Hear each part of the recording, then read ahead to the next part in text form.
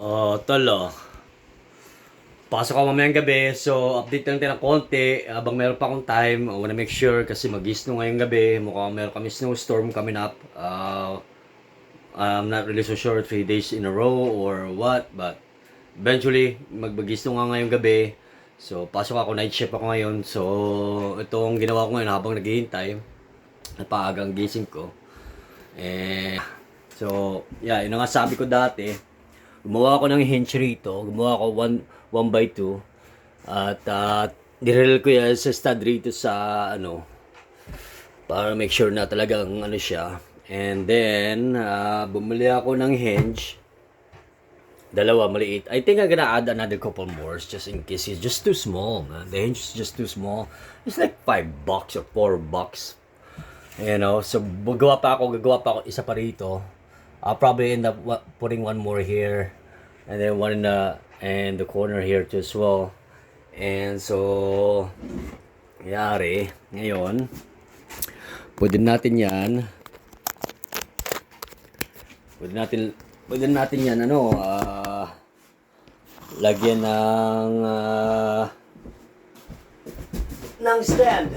So, di ko na kailangan pang ano ito, yung itago o ilagay sa gilid kasi kung bakit. Permanent na siya dyan, okay? So, ngayon, meron ako stand rito. Yan ang table ko ngayon. So, well, just like that, man. Then I got my table. Okay? And yeah, ganyan lang. Kung luluto ako rito, as I said, kung mag-stay ako, if I'm staying overnight, I could cook right here. I got my setup table here. That table goes, pwede mo ma-drop yan. It turns out to be a bed. And yeah, and then add this. Nag-spray foam ako sa gilid ng ano. I did a spray foam sa gilid ng window. All the way and through.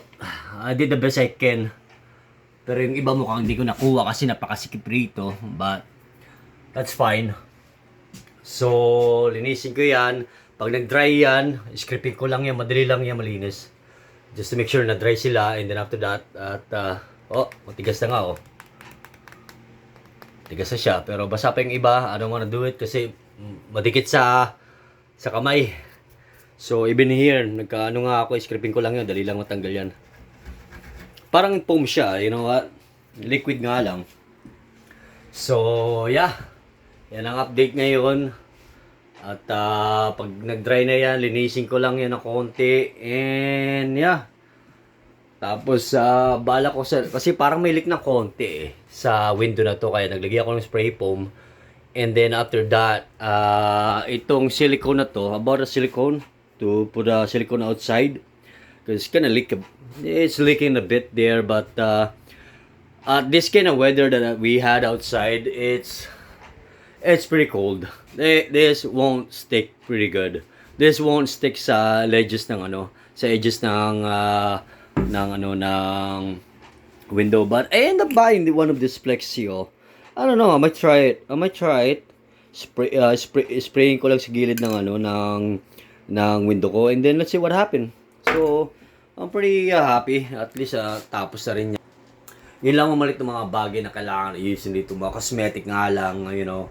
And lalagyan ko pa ng yero sa labas yan. Yeroin ko pa sa labas yan para to make sure na magandang dating niya. So, tingnan natin sa labas rito. This is the way it is, bro. Nasa trailer na siya ngayon. So, itong propane. Nakadikit yan. Para may heat tayo.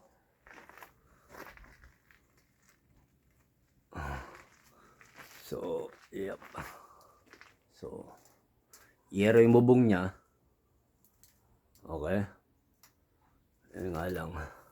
As you can see, caulking ang ginamit nila last time. Pero nag-leak pa rin sa taas na konti. So,